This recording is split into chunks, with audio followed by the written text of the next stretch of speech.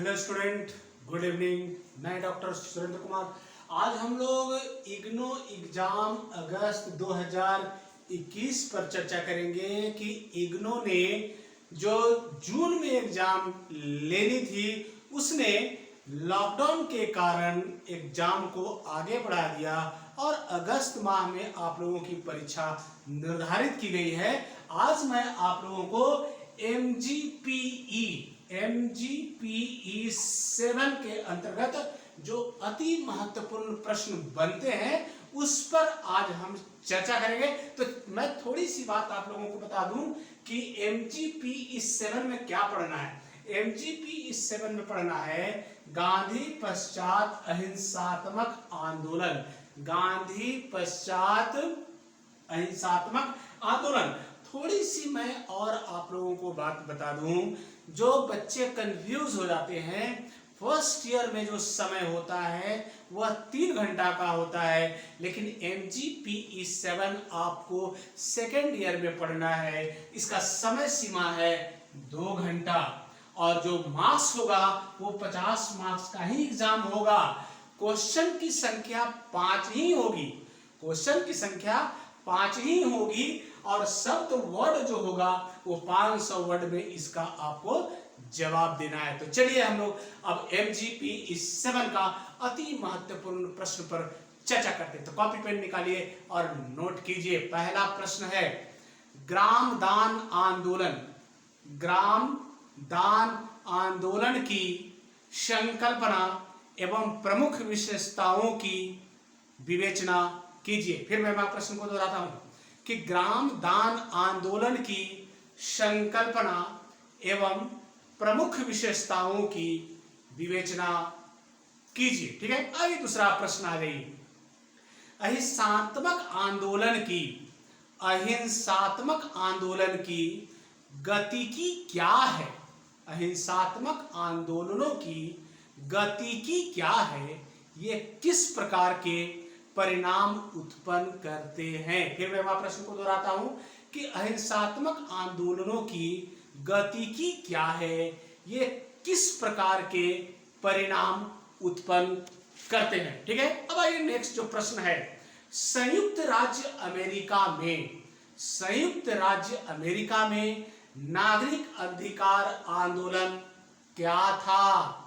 इसके संबंध में डेमोक्रेट्स, जिसको जनतंत्रवादियों एवं रिपब्लिकन्स मतलब गणराज्यवादियों के क्या विचार हैं। फिर मैं प्रश्न को दोहराता हूं कि संयुक्त राज्य अमेरिका में नागरिक आंदोलन क्या था। ठीक है, इसके संबंध में डेमोक्रेट्स, जिसको जनतंत्रवादियों एवं रिपब्लिकन्स, जिसको कहते हैं गणराज्यवादियों के क्या विचार हैं। ठीक है, अब आइए नेक्स्ट जो प्रश्न है, अहिंसात्मक आंदोलनों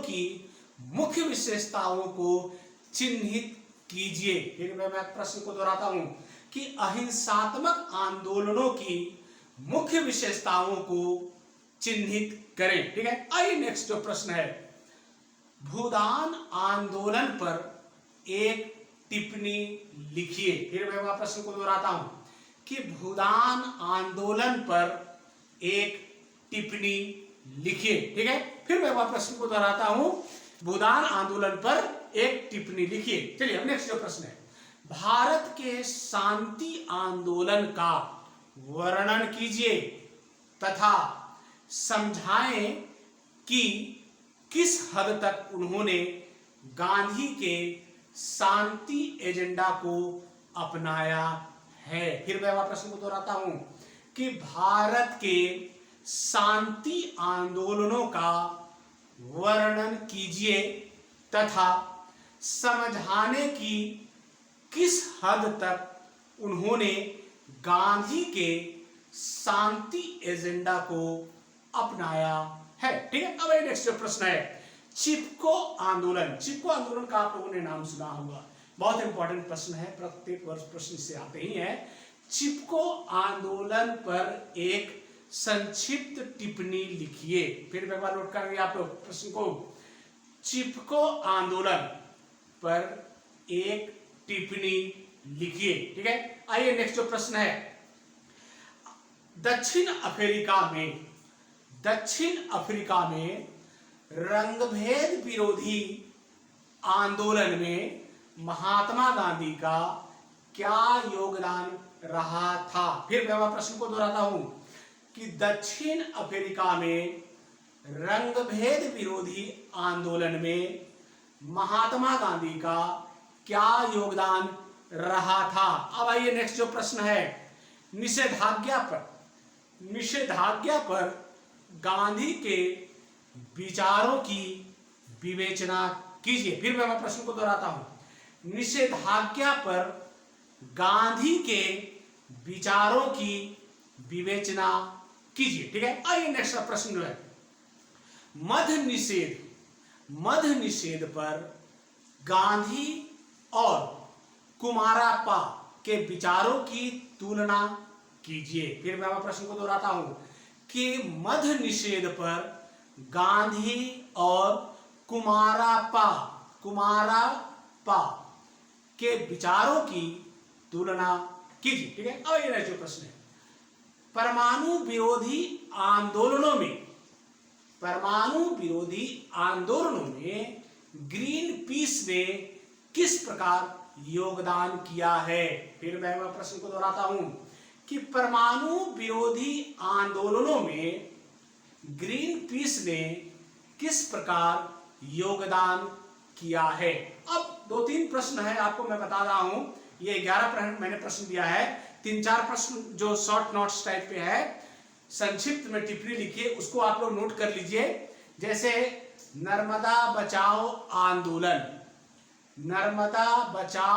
आंदोलन, फिर उसके बाद लिखिए कृषक आंदोलन की विचारधारा, फिर लिखिए कृषक आंदोलन की विचारधारा। ठीक है, नेक्स्ट लिखिए गांधी पर्यावरण के हितों के समर्थन के रूप में, गांधी पर्यावरण हितों के समर्थक के रूप में। ठीक है, आइए नेक्स्ट प्रश्न है, समग्र क्रांति में कार्यवाही का तरीका। फिर मैं प्रश्न को दोहराता हूं, समग्र क्रांति में कार्यवाही का तरीका। नेक्स्ट जो है, भारत में मादा भ्रूण हत्या। फिर मैं प्रश्न को दोहराता हूं, भारत में मादा भ्रूण हत्या। ठीक है, आइए जो लास्ट है, भारत में मान सम्मान हत्याएं।